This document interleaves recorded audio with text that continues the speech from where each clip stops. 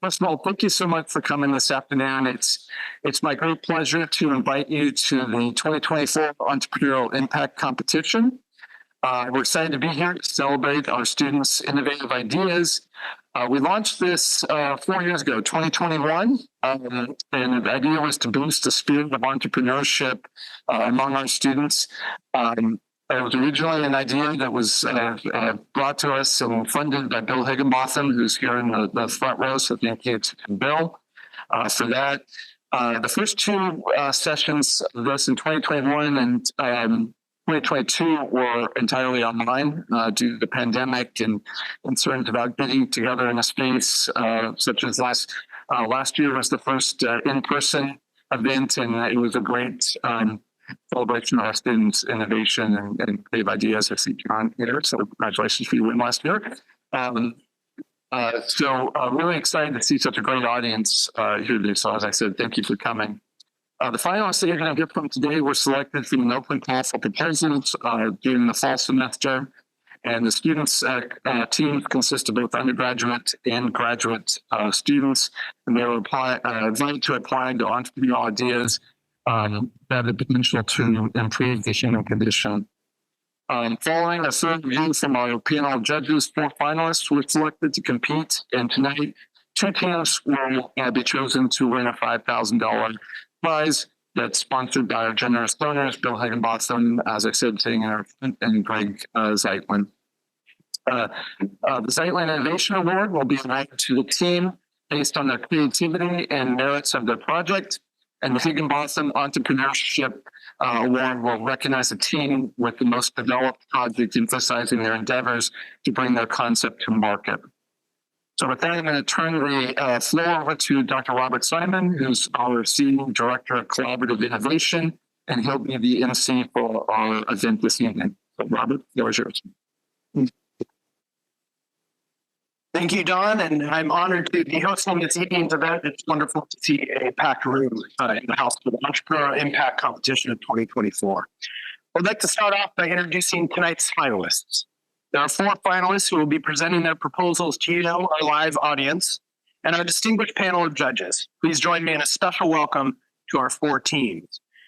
TAS, the finalists for the Zeitlin Innovation Award, is comprised of students Reid, Cabe, and Madeline Sanders. TAS is a smartphone app designed to enhance trucker safety through data science. Leveraging GPS location, real-time traffic conditions, and previous crash data, the app delivers alerts to help truckers navigate high-risk areas proactively. Zeitlin Innovation finalist Quill Piles includes Vasquez, Katharine Drurey, and Yumeng Zhao. Quill Piles is a new design for penetration technology used to build deep foundations for infrastructure like wind turbines, based upon the barbed quills of the North American porcupine. Himalayan Yetis, the team is Sashank Rana and Aarosh Dahal, is a finalist for the Higginbotham Entrepreneurship Award. Their concept, Mitho-Mitho, is the solution for Georgia Tech students to save time and earn rewards by picking up or dropping off takeout orders to fellow students on campus. An Insight AI comprised of Krish, Naik, and Prathmesh Joshi is a finalist for the Higginbotham Entrepreneurship Award. Their AI-driven solution is designed to improve the distribution and conservation of water resources in places like India and Sub-Saharan Africa, where people often don't have regular access to clean drinking water. Let's give them a round of applause.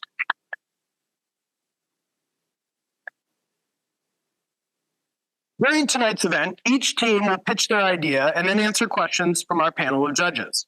During the judges' deliberation break, the audience will have an opportunity to stretch their legs as well as ask each team questions. After announcing the winners, we invite everyone to join us for hors d'oeuvres in the lobby. And now let's welcome our panel of judges. Aykut Ercan is a senior vice president at Parsons Corporation, responsible for the P&L and operations management of all transportation disciplines in the eastern half of the United States. He has 33 years of experience in the industry and has spent 28 years with Parsons. He has a bachelor's degree in civil engineering from Eylul University in Turkey and a master's degree in transportation engineering from Georgia Tech. Thank you, Aykut, for being here tonight.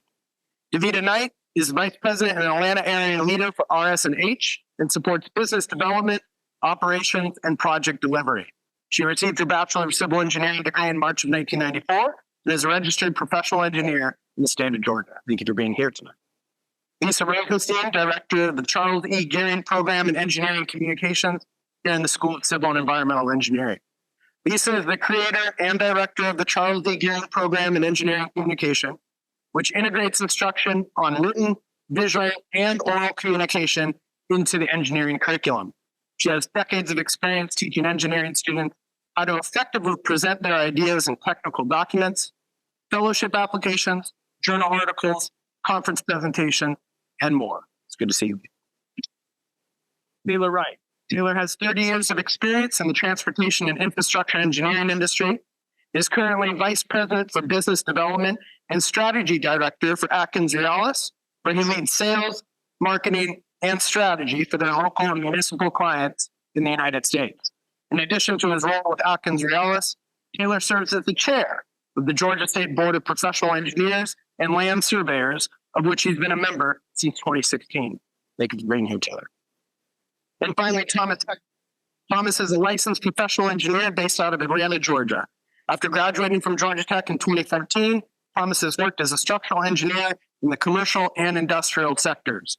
He founded Heckman Engineering in 2020. Welcome back to Mason. Thank you to all of our judges for joining us this evening. Each team will have 5 minutes to present their proposal, followed by a 10-minute Q&A session. During the Q&A, judges will be allowed to ask 1 question each, and potentially more, time permitting. Presentation will be assessed by a panel of judges on how well they satisfy our criteria. Innovation. Is the idea novel? How does it compare to other ideas that address the same problem? Value proposition and impact. Is there a demand for the invention? Are people likely to use it? Communication. What is the problem they're addressing?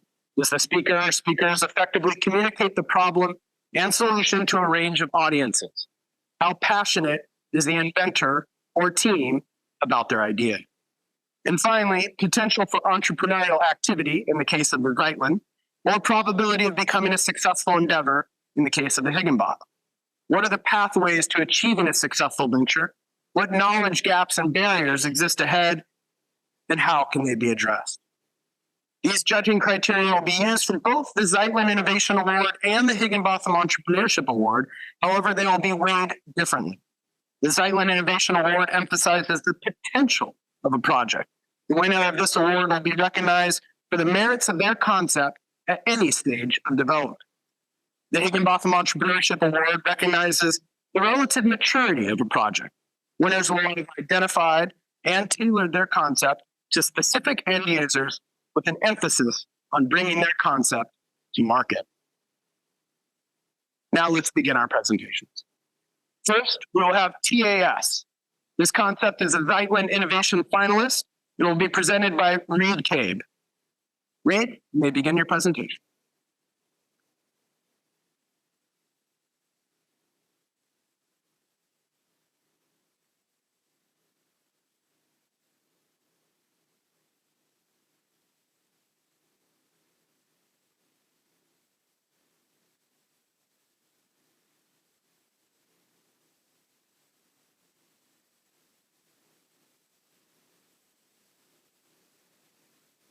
Hello, everyone. My name is Reid, and my name is Analytic and dealer in TAS over Trackfish and all its solutions. TAS is a smartphone app which empowers truck drivers to navigate the roads more safely. Did you know that in 2018 alone, there were 99 gigabit rates in the industry just on you just because of the app? That's more than that. Market brand trends is $40 billion. And it's not really back, growing back with the 25% increase for 2018 to 2020. Like US trucking companies spend about 13 cents per mile given on insurance costs. We plan to save 3 cents per mile driven, leading to $9 billion savings. Me and back working around things my background in transportation engineering, background in data science, and I crashed data at Georgia from 2013 to 2022. We got the data about US which has data each police report and how the year the crash happened. The contributing factors to why it happened, the weather conditions, and have to be a lot of police report. Also have latitude and longitude. With that latitude and longitude, you're able to overlay GIS data and get even more information on where the crash has happened.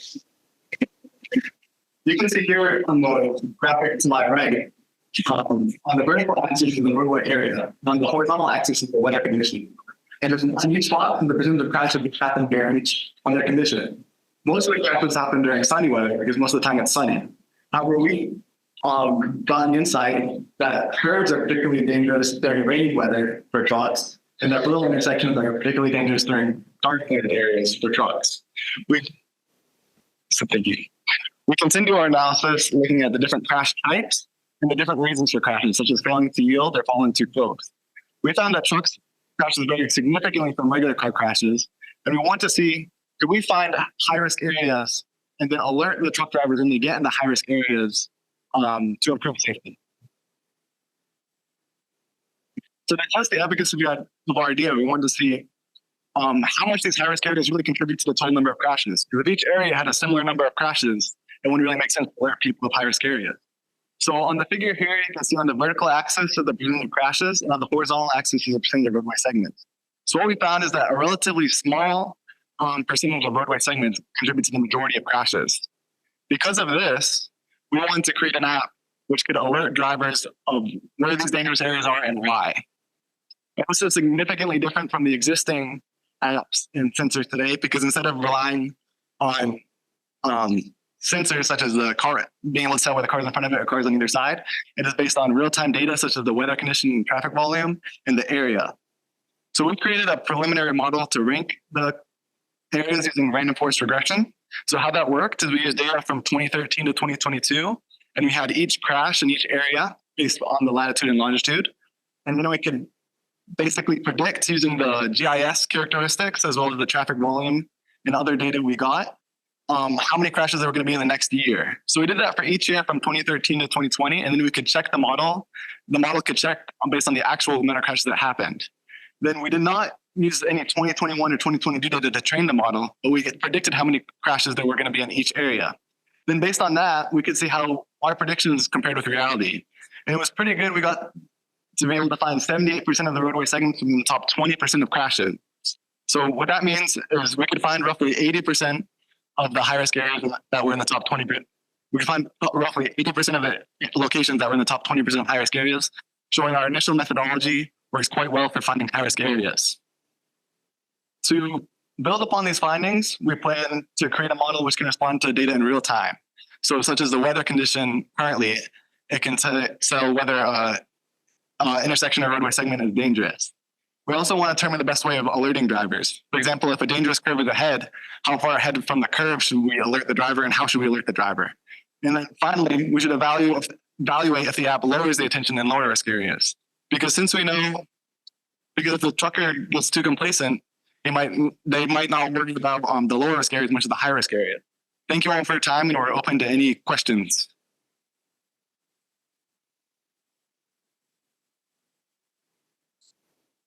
Great, thank you, TAS. We will now turn to our panel of judges for questions, and Taylor, we'll start with you this time.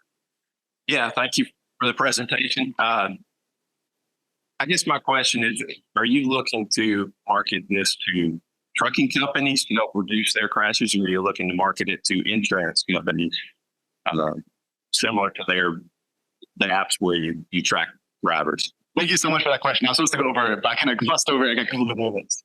But as you can see, based from our analysis, we want to prevent $9 billion worth of damages from truck-related crashes. Then based on that, we want to market ourselves to insurance agencies, which would then go to their people and say, or go to their clients rather, and give them a discount for using the app. So the truckers make money because they get a discount, and then the insurance company would also make money because they won't have to pay for less crashes, and we also get a part of that too. Does that answer your question? Yep. Yes, currently. Okay, thank you. I had a question. Because I did have a question that I wanted to explain. Other question, and thank you for your question. The other question is related to how the interface of this chat, how does it interface with other GPS, Google Maps, how does the alert system work? I have Google Maps up. I have and those back base how I word it as So currently, you know, the next one, next slide. So currently we want to put a warning sign ahead. We would like to introduce, so our app also has routing features. So you can just like Google Maps where you can put where you want to go and it'll show you the way to get there. And then it'll give you notifications on the way there. And they, this app. Yeah. Google Maps. yes, ma'am. Thank you for the presentation. If you are successful tonight, what are your next steps if you're early on in the process? Yeah, sure. Yeah, so I would say ultimately the first step is actually just refining our model, putting more data into it and just making it better. We also need to actually take this from simply an idea into a reality. That's why receiving the monetary compensation would be great and actually making this idea a reality, creating the software, and then from there running pilot testing and seeing if our app actually works to change the driver's behavior.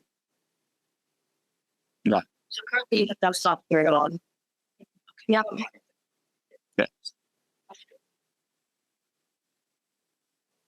Thank you for the presentation. It's very nice. Have you considered how construction zones will tie into this with previous data and future data and play into construction rights? Yeah, so that's one thing we also want to do going forward. So if we move, there's going to be construction along the route, we could route people in different directions. But that is another thing. Construction is a huge risk for safety because the accidents that happen within construction zones are a lot more, seem to be a lot more severe than that happen in a regular roadway setting. So we want to alert drivers of that for sure as well. But unfortunately, when we were looking at the past data, we couldn't tell how much was from a construction zone because that wasn't recorded. And I guess the question also would be, so is this based on Georgia roadways only, or would you want to make this a national type deal, and what barriers would you have in order to get that kind of data? So currently for our model, since it takes quite a while getting all the GIS data and all the crash data, we've only done Georgia. However, we have the data for 34 states, which we can go ahead and do.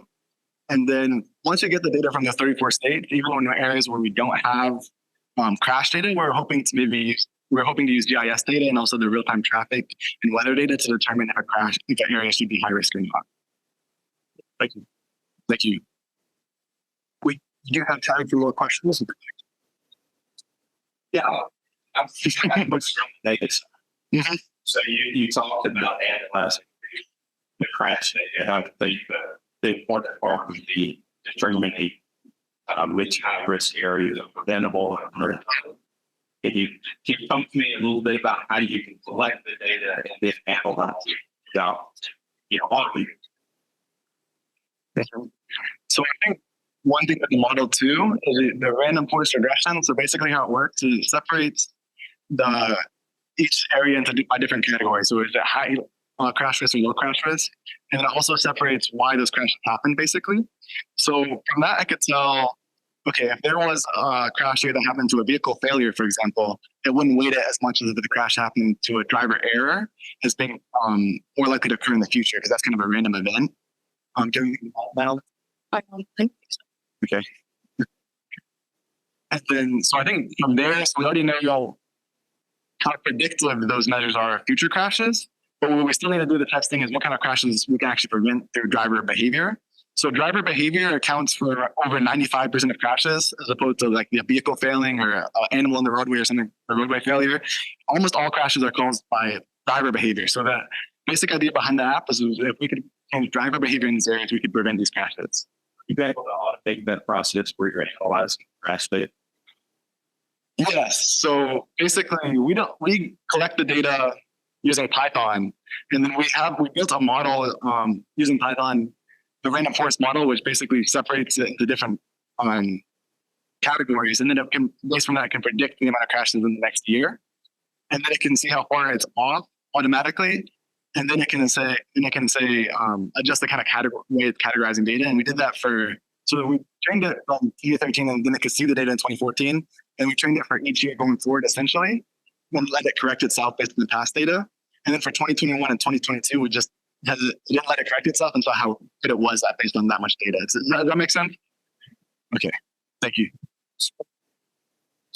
Let's speak to the projects. to consider making it with a broader and a range of customers, just regular drivers, and also if it is possible to do that, did you also consider working with national apps or international apps, making that part of, let's say, a Waze and Apple Maps, and so that it's a nationwide service that is built into something bigger? So the reason we really targeted truck crashes specifically is because we want to save 3 cents per mile driven was our target goal. And an average person, they might drive, they say they drive 10,000 miles, it's only $300. And they're a lot less likely to be interested in investing in that technology. And also the cost of insurance for trucking has gone up a lot recently. So that's why we picked the trucking as a target market for now, because we think we have the best chance of kind of getting into it. And also it's very common to use apps. These apps to monitor trucking to get the insurance price. So we figured since they already use it, it's a good thing to add on. Does that make sense? But yeah, we would like, if this was successful, we would like to broaden our market and try to get into the more beyond every day non-commercial driver. Are there any other questions? Okay. How about another round of applause?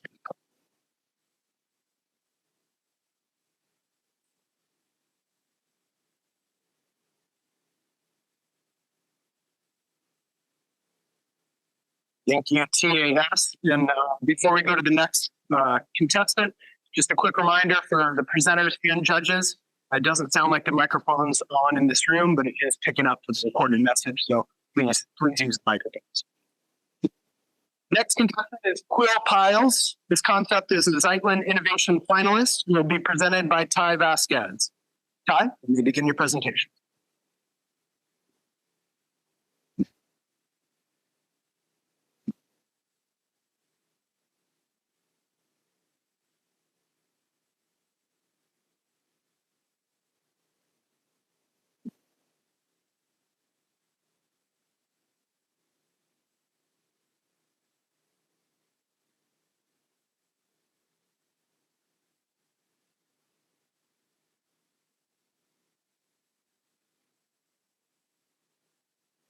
Hello everyone, my name is Ty Vasquez. Why do we like nature? We like nature because it optimizes its environment and uses the resources to use the lowest energy to kind of make it an ideal system. We looked at the quill because it uses, due to the nature of the quill, it provides a low penetration force and a high pull-out resistance. And tissue, although tissue is not the same as soil, we still wanted to look at it how we can use it in a bio-inspiration for using it in foundations such as wind turbines. Some current wind turbine foundations today are the monopile and the gravity foundations. Monopile foundations are a single cylindrical shaft and large diameter. It's heavily composed of steel and or concrete. The gravity foundation is a large concrete structure that sits on a seabed and uses their weight to provide stability for the turbine.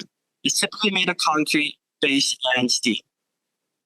Due to the number of wind turbines being built per year, which is about 3,000, we can use challenges that we plan to tackle using quills piles are creating more cost-effective and efficient options for foundations and wind turbines. The current cost for monopile foundations are around $2 to $5 million for offshore and around $500,000 to $1 million for onshore foundations. Gravity foundations cost around $3 to $7 million for offshore foundations.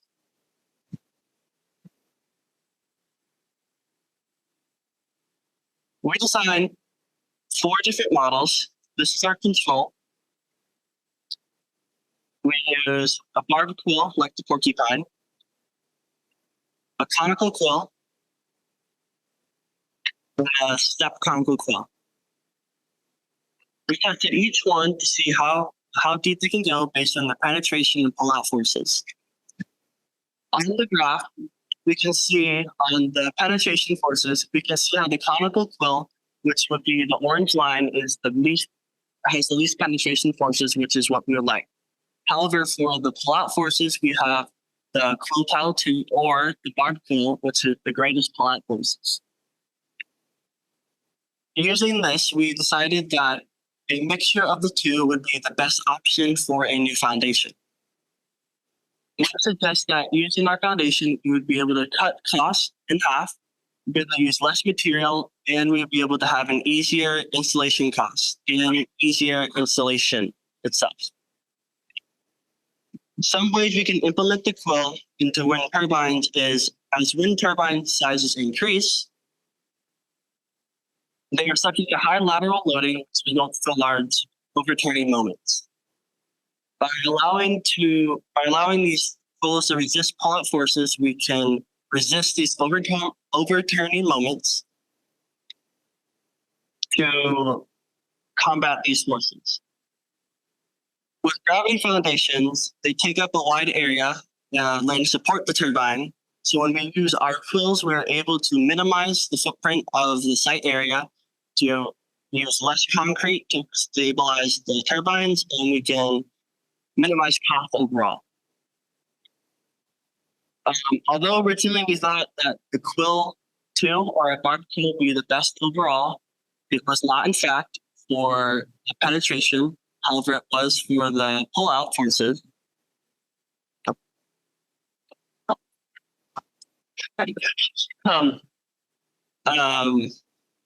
We will continue to, we did support our idea of how nature does in fact help optimize the foundation. We will then run numerical simulations on our current prototypes and future prototypes to make sure to optimize our quill just as nature did for the porcupine. Thank you for your time.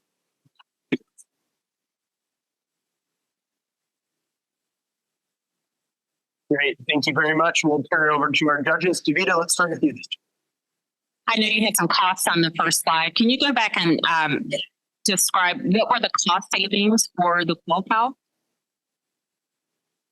So the cost savings for using the quill would be, particularly for the gravity foundation, as we can see in the figure, this is all concrete, and if we use the quill, it would be limiting more of just, you just have the quill to stabilize it, and you wouldn't need to use as much concrete as which is our quill.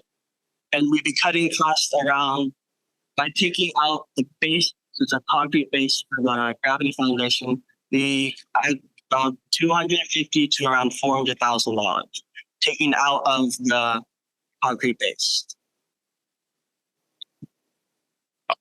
Well, what's your plan to market this and monetize this?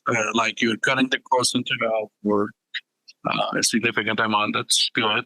Are you gonna market your product as a design, or you guys will do the design or manufacture? I mean, I'm not very clear how you guys will monetize this, at least what you're thinking. It would be mostly for construction companies to work with structural and geotechnical engineers to be able to use this kind of design in a project that you want to avoid overturning it. So anything with high lateral loading, like bridges, or in this case, the wind turbines, can work together with design teams. So that would be the direction it would go. And yeah, but right now it's in the preliminary stages of just finding the best design out of the 4 we've tested with, and then go from there and market the best one. Okay, thank you for your presentation. So you didn't mention anything about mechanical failure, that there's nothing mechanically wrong with the current designs. They're just more expensive, correct? So yours will be less expensive, but what kind of testing do you plan on doing to make sure yours is as far as mechanically sound as the current technologies? Well, this saves in cost, but it also saves they're also more efficient in the way that they operate because the pullout and if we go back to it, the pullout forces and the penetration forces are a large part of what gives a pile its structural integrity. So these higher pullout forces mean with higher lateral loading, they're going to be less likely to uplift or come out of the ground and withstand larger forces. So they would actually work better than a conventional pile would. Very nice presentation. Thank you. Have you, let's see, why were you focusing on the wind turbine right now and not looking at the overall industrial and or energy sector? What's the reason for that? It seems a little niche, and this is obviously piles are we chose an application that has that is known to have really high lateral loads. Other applications could be the bridge abutments, but we decided to focus in on a specific application to start with. So we have real loads to look at, real costs to compare to. Okay. Have you looked into the effects of these piles in group settings? Group settings, not yet. They've all been tested just individually. Gotcha. And then last question for the pull-out and penetration force tables charts. What medium were you inserting that into? Silica sand. Okay. Yeah. So it's a finer material because we're working with small diameters. And the reason that tension graph should go tail all the way back down to zero ideally, but we just looked at the peak force for the pull-out because the machines to pick up really small loads at that point couldn't focus enough, but that initial peak is what we're looking at for that force to pull the pile out of the sand. Okay. Have you been able to correlate kind of the difference between a traditional pile that's currently used versus what the diameter and or length of your product would need to be? We use the same angle at the tip that is conventionally used in drilling. So this is like proportionally right. And then the diameter is not proportionally there, but that would be a later step that we dive into. Thank you. You can tell who the structural engineers. First of all, thanks for the presentation. I'm really intrigued by the idea of taking nature and putting it to the use. I'm going to focus on the cost. So if I understand correctly, your cost savings are based on the reduction in concrete of the foundation and then possibly And installation. the cost of the installation itself. Is your next step? I mean, what would you use this money for? Are you going to go to a manufacturer and see what the cost of creating a unique shaped pile is going to be compared to the current piles? That would be, yes, very down the line. But that would be after we take a look at these were the two best piles that we had. And after we kind of refine our design, we would choose one and then start comparing to, I guess, real world conventional piles that just look like this. Interesting. Thank you. Any other questions from the panel? Okay, thank you very much.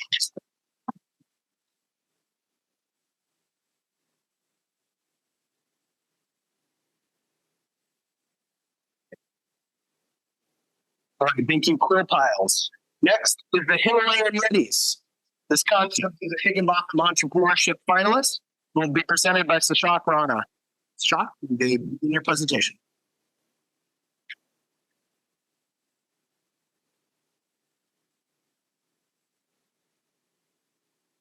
Hello, everyone. I'm Sashank and Subteam with Aarosh. We are the Himalayan Yetis and we're representing our beloved animal, Yeti from Nepal, right?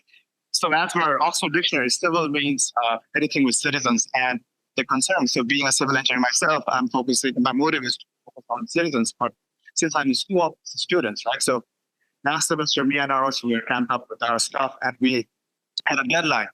and we were not able to order our food because of time. Like we had to go and come back. So so the next day we talked about it and we came up with a solution. So ladies and gentlemen, I present you the solution. It's called Mitho-Mitho, right? So let's see around the problem. So let's say that we said the map is Mason. From Mason to Dexbury, it takes 20 minutes to go there. Come back 20 minutes, eat 20 minutes. So 1 hour of your time, it's gone, right? So the solution to that is, for example, I work at Coda, but my classes are here in Mason. So while coming here, Dexbury is in between. So if I get a notification saying, hey, somebody needs some food from Moe's, so I can get it from Dexbury and give it to somebody from Mason. So it's win for me, for the restaurant, and also the person who delivered. However, there are still challenges for it.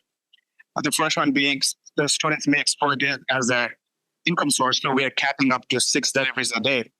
And also for liability and background checks on the students. So the registrar has everything in the website. So we'll be using their buzz IDs for current students. So we'll know that they are from our school right now.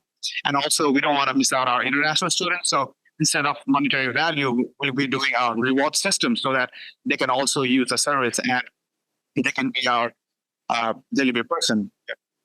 So we did a little bit of market study last week. So we went to Snapchat and asked the question for the freshman group of the class of 2027. So the first we asked, would you be using the food delivery service? And 87% said yes. And also we asked, would you deliver the food? And the survey said 38% said yes, they are willing. So quick maths, we have around 25,000 students that come to campus every day, as most of them are online students. And so 87% of those, we have around 22,000 potential customers every day, and also 9,600 for service providers. And we also asked how much are you willing to pay for the service. So they said 3.6. The mean value was $3.6. And I also asked, like, how much do you expect from us? They said the mean was $4.1. But some people said $100,000. That's a little bit out of budget, but still. Yeah, so the roadmap, we're planning to launch this product by next fall because during the fall, there's many programs happening around campus, week of welcome and so much of stuff. So that'll be a good marketing tool. And by 2025, we plan to expand it to other schools, bigger schools, and Georgia Tech having this ID system and restaurants around there. And for the finances, we need investment for app development, marketing, and also I forgot to mention the packaging so that the student won't tamper the food and stuff like that. And yeah, revenues from cut-off payments and apps. So thank you guys. And I want to say we're not only delivering food, but peace of mind of the students, to the students, and for the students. Thank you.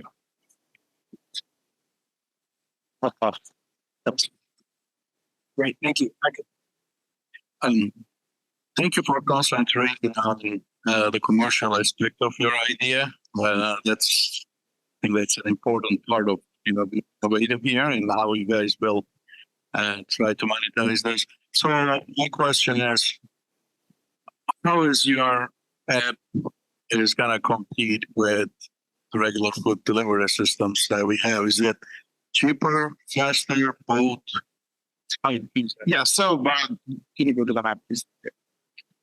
So the main concept is, so all the Uber Eats, DoorDash, they do not come inside our square, like the circle. So they don't deliver inside the campus. We have to go all the way out. So that's our solution. So students, they can roam around the campus. And that's why easier. We have like 10 restaurants at Tech Square, 10 at Student Center, and 10 on the other side with campus. So that's the main problem. That's why like students have to go all the way out just to get Uber Eats. So if students are there, like you can just give it to like Mason, link number this and that. So you'll be saving so much time in some of it, right? Right. So thank you for your presentation. I have two questions. First of all, there seems to be a lot of moving parts here that are all, obviously dependent on each other. What have you thought about in terms of someone stopping to pick up a meal that just isn't ready? I mean, how long will someone wait around to pick up a meal, not even for themselves? Yeah. What kind of conversations were you having about that? Yeah, so it's all pre-order, right? So they want to pre-order a little bit faster, so they will know in the app that it's ready. And whoever, let's say in Panda Express, they'll say it's ready. So the person, whoever is around the perimeter, they'll just get a notification, just pick it up from there and bring it to the person. Okay, so you will already know it's ready. Yeah. My next question is, so you asked people, would you use this service? You asked them, would they deliver? Right. Did you ask anyone if they saw this, the fact that this didn't exist as a huge lack in their life? Can you come again? Did you ask a question that do people miss having this kind of service on campus? Do they feel it as a lack to not even have it? Okay, I did not ask this that question particularly, but I've seen it like friends around, people around. Yes, they require this because I've seen like it was Friday, so I was talking with a friend, asked like yesterday, and they were like, "I'm hungry, but I don't want to go all the way to Chile and get the food, right?" So just one of the data, and even today, one of our friends said the same thing. So it happens in many students. And yeah, Very nice presentation. Have you had any talks with Georgia Tech about implementing the system? And in order to do that, you would likely need to gain access to a lot of the bus card information. So have you looked into the reality of that? particularly, no, I haven't talked with Georgia Tech, but yeah, registrar has it in public domain that you can access the bus card details of the students. If you are a student or employee here, you can look at that. But yes, for the authenticity, we're going to talk to the Georgia Tech facilities and move forward with their data confidence stuff. Yep. The other question I had was, why would you limit the amount that a student would be able to query when it would be in their best interest to continue to do that as we're all adults and they can make wise decisions if they want to do this or study? Yeah, I thought about that, but like, yeah, maybe some student just gonna miss the class. Yeah, they're adult, but you never know, right? Like everybody do work so hard for these and like miss their assignments or stuff like that. So that's why we had to keep. Yeah, we're talking about that. Instead of 6, we can like raise it to 10 or something. But yeah, we consider it. Yes.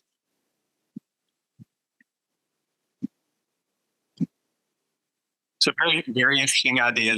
The one thing that I thought about when you're presenting this, whenever I order Uber Eats, I'm always thinking about the person that is handling my food to pick up. And is that person trustworthy? How are you going to ensure the integrity of that food? How are you going to do background checks? And how are you going to handle your own liability against something happening?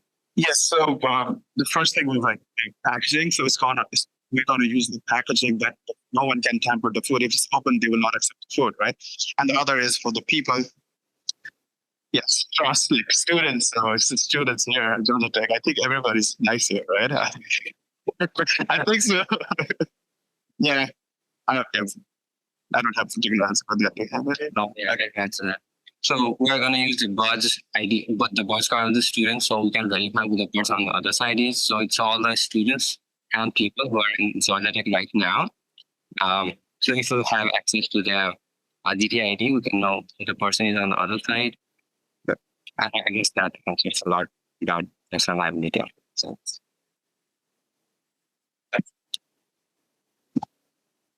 So thank you for the presentation.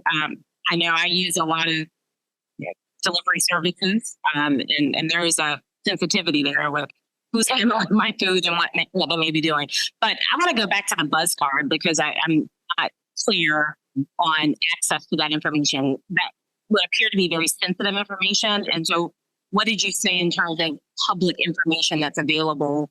How are you accessing that buzz card information to identify students for being able to pay for the meals, transfer the meals, deliver? Can you explain that a little bit more? Yeah. For example, all the restaurants around school, they all accept the bus card. So they also use the bus card to accept, right? So our information is not very private.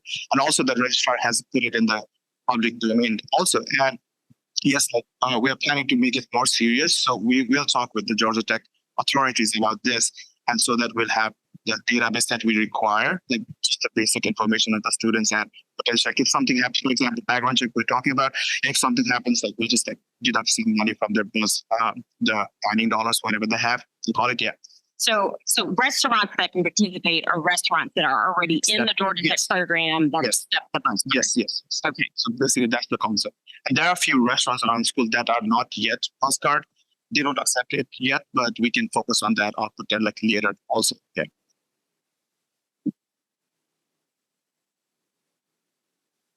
Other questions? Okay, thank you.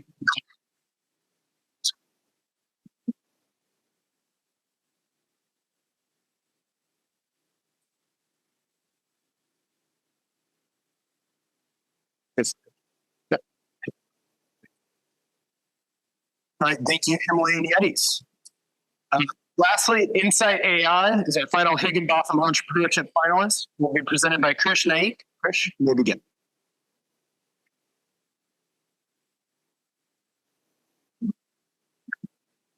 And so first of all, I want to appreciate your judges. So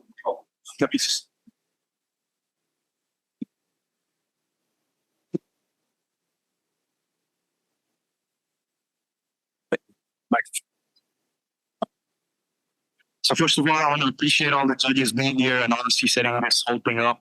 It gives students like us an opportunity to get our ideas out there. So thank you, and let me just dive right in. So we're Inside AI. I'm Krish Naik. I'm a second-year civil engineering major, and I handle the monetization and infrastructure part of this project. And this is my partner, Prathmesh Joshi. He's a CS major, and he handles the technical side of it. And we improve conservation and distribution of water resources using artificial intelligence. So how I want to start this whole thing is by telling a story. So me and Prathmesh visited India a couple of years back, and we were in Mumbai at the time, and we were in our apartment, and we noticed that the water would only come from 2 hours, from 8 a.m. to 10 a.m. And we looked more into it, and Mumbai is actually surrounded with a lot of freshwater bodies. So we were just curious, like, why was this? And we found out that this was due to poor water distribution and not actually the water scarcity in that area. So, and this is the reason, this is not only a problem in Mumbai and India, but throughout the whole world, including many countries in Africa. So that's why, so now I want to talk more about the problem. So areas across the globe actually suffer from water problems and using water sources that is really not accessible. And water distribution network suffers from leaks, inefficiencies, and unequal access. So this is why we came up with our solution. So our solution, so Prathmesh has incorporated everything he's learned throughout the Georgia Tech to create an ML model out there, which takes in various forms of data and runs algorithms like random forest and neural networks to optimize water distribution throughout the water scarcity, throughout the water network in cities who have water scarcity, right? So the AI model works on data. Data is the most important thing, but if we cut it down, it works on 3 parts. The first is leak detection with acoustic sensors. So if you see the image right up here, so this is an acoustic sensor. And what it does is our AI model can actually be linked with the acoustic sensor. And then we can run a machine learning algorithm that analyzes sounds to pinpoint leaks locations and reducing water loss. So we can detect leaks using these acoustic sensors, which we can place in the pipe system throughout the network. And the second is AI image recognition for optimized distribution. In periods of drought throughout the world, in areas like Nairobi, Kenya, where they need water, but they don't get it. But at the same time, there's areas who have water and they get water, but the areas who don't need it don't have it. So there's a clear imbalance in water distribution. So we can utilize this using our AI image recognition. And the third is enhancing water equity using summer festival times in populated areas. So what our AI model can actually do is utilize historical water usage data using like demographic trends and then weather data and predict the increased amount of water demand during summer months and festival. So what it does is enables water utility to proactively adjust the supply. And by doing this, we ensure that each and every area in a city gets equal amount of water. So as you can see in the image of the bottom right, this is just a small part of our code, and we can email you the GitHub link with the whole actual code in it. But essentially, it was so big we couldn't incorporate it in the slides.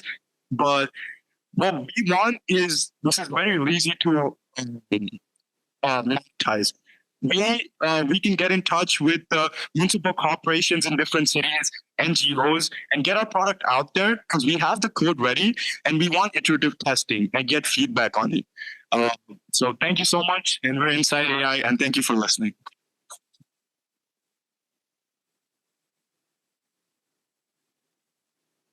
Thank you for the presentation. I had a really specific question about the leak detection. Is that one of the major forms of inefficiencies? Yeah. Okay. So basically what happens is That's that, not my real question. oh, it's not? But no, to answer that, but then you have the real Right, question. so it gets around that in areas, in pipes, they have leaks, water leaks, and people are not able to get the water runs out, people will run out of water. Okay. So if that's the case, and in your algorithm, the AI can detect where the leak is located and pinpoint it, as you say, are you confident that these countries or cities have the infrastructure and human resource power to actually go out and fix it? Yeah, so what this does is the acoustic sensor, as you can see the top or the left, seems like sound wave, and it brings and then reaches back into the sensor, and it gives data to our AI model. So what happens is we get data of is there a leak, first of all, and how big is the leak by the amount of sound it gets to the water. So what we can do is instead of asking the authorities to go and fix it every pipe, this gives small amounts of specific locations where, this is a big leak, we need to take care of this. And our data can actually tell the authorities it saves time and and it's also more efficient in water. So you do believe that there is enough infrastructure to go out and fix these leaks on the We do. Yeah, so basically, where we're going to be putting these acoustic sensors are like, so in Mumbai, for example, there's a place called Old Mumbai, just has more older infrastructure, it's more prone to leaks. Pipes always have leaks. I mean, the big ones are the ones that we want to target. And whenever we have that, these cities will definitely have the infrastructure because it's still going to be easy to get and then just to fix. Thank you for the presentation.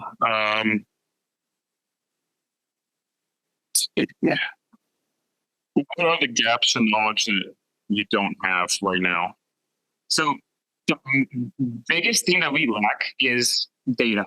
And so we have data for like population areas, which areas have more bigger population in terms of like which slums that population, which slums lack the population. But what we need the data is for the acoustic sensors. And like, so the AI model, the way it's going to work is that it's going to, as you said, it's going to listen to the sound of the water and see based on the sound, which have bigger leak, not a smaller leak. And for that, we're going to have to do testing with pipes and leaks and leak sound. So that's the knowledge that we don't have yet, because once we have collection of data with how loud a leak is versus how compared to like how big the leak actually is, then we can train our AI model, and then that'll in the future be able to take any pipe and answer whether it has a big leak or not.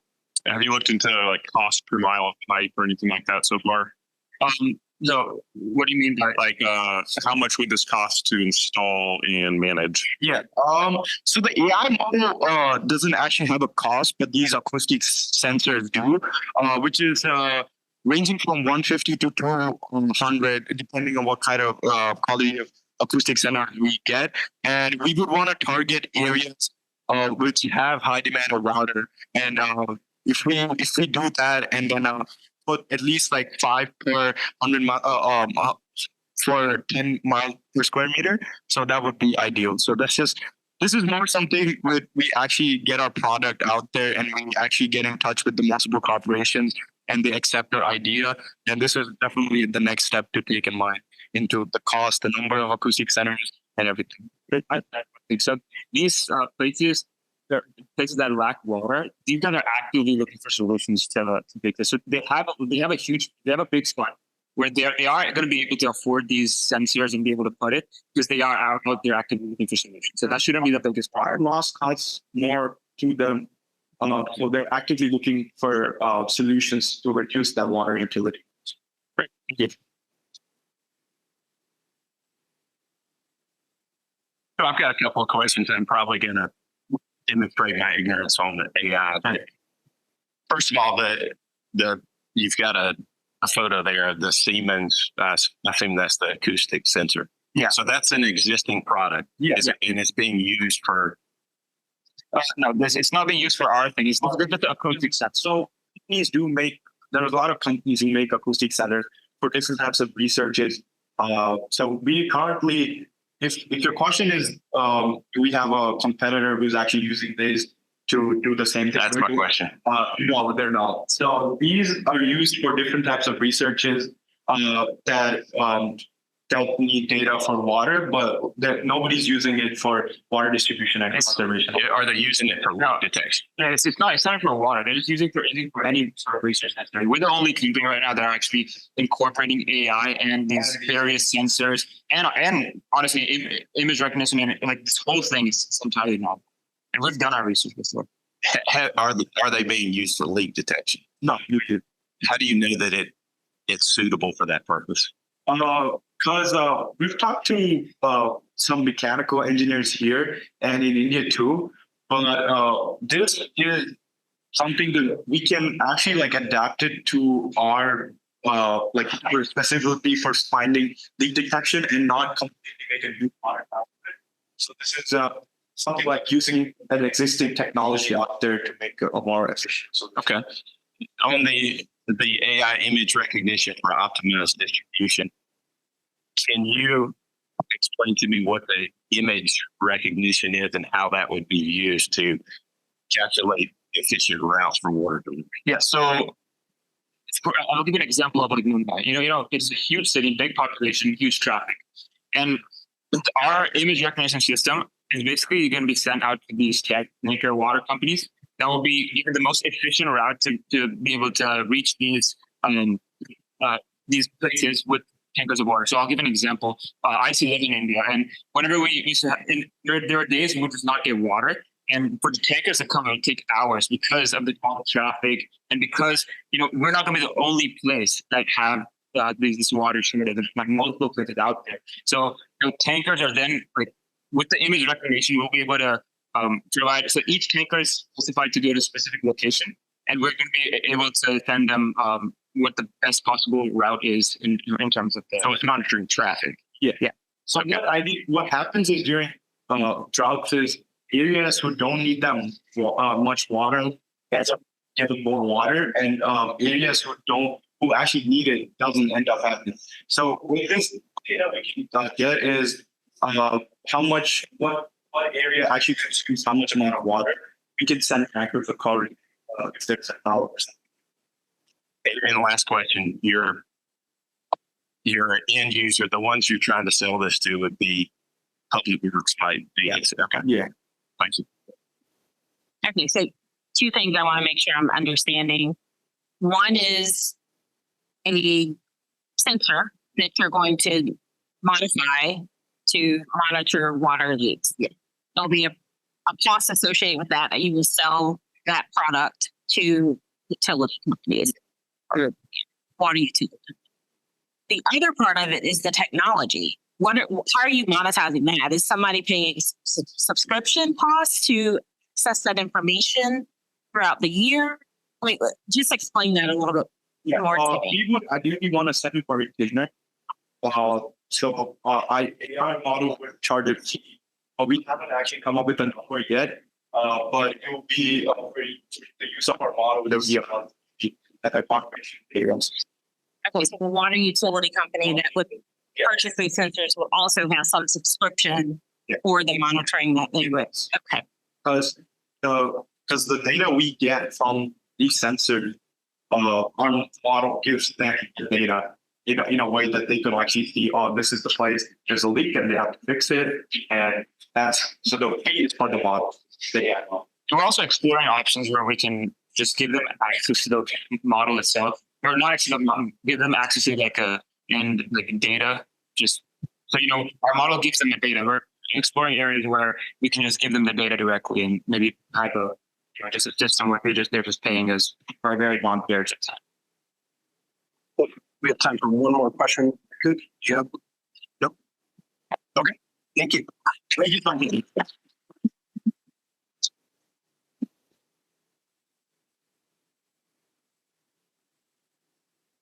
All right. Thank you to all the teams. How about one more round of applause? So at this time, judges, we'd like to invite you to follow Corliss, who will escort you to the deliberation room, otherwise known as the chair's conference suite. We will have, for those remaining in the audience, we'll have a 10 to 15-minute intermission. We invite you to stand up, stretch your legs, move around. All the participants are here to answer any questions you might have. We'll reconvene shortly. Thank you. So, to our judges, welcome back and thank you again for your deliberations. Before we announce the two winners of this year's Entrepreneurial Impact Competition, I would like to share a little bit about our two generous donors sponsoring our prizes this evening. This evening's competition and $5,000 prizes are made possible by Bill Higginbotham and Greg Zeitlin.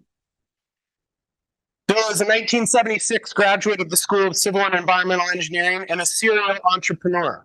He has started over 13 businesses focused on geotechnical consulting, energy and environmental management, construction, and venture capital. Bill has been involved with the school through the External Advisory Board and as a co-instructor of innovation and entrepreneurship in CEE systems. Most recently, Bill is also a faculty representative on the CEE Sweden Plus Study Abroad program. Thank you, Bill, for spearheading our entrepreneurial efforts within the school.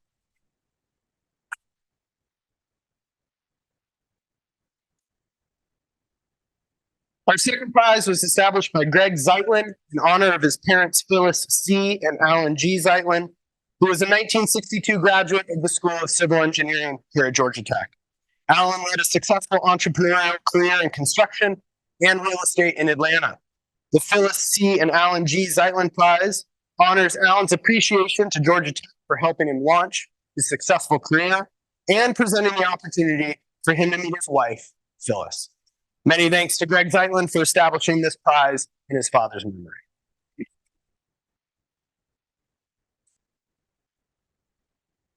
And now the moment you've all been waiting for. The winner of this year's 2024 Entrepreneurial Impact Competition for the Zeitlin Innovation Award goes to TAS.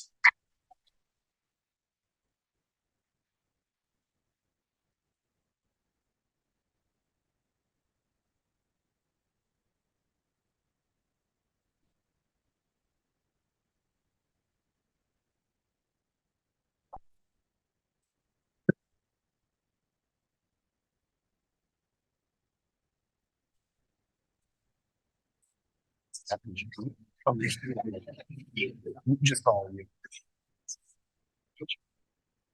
No. That was the. There aren't any real checks.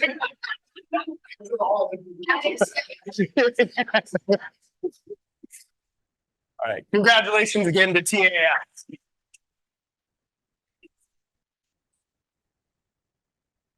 And now for the Higginbotham Entrepreneurship Award. This year's winner are the Himalayan Yetis.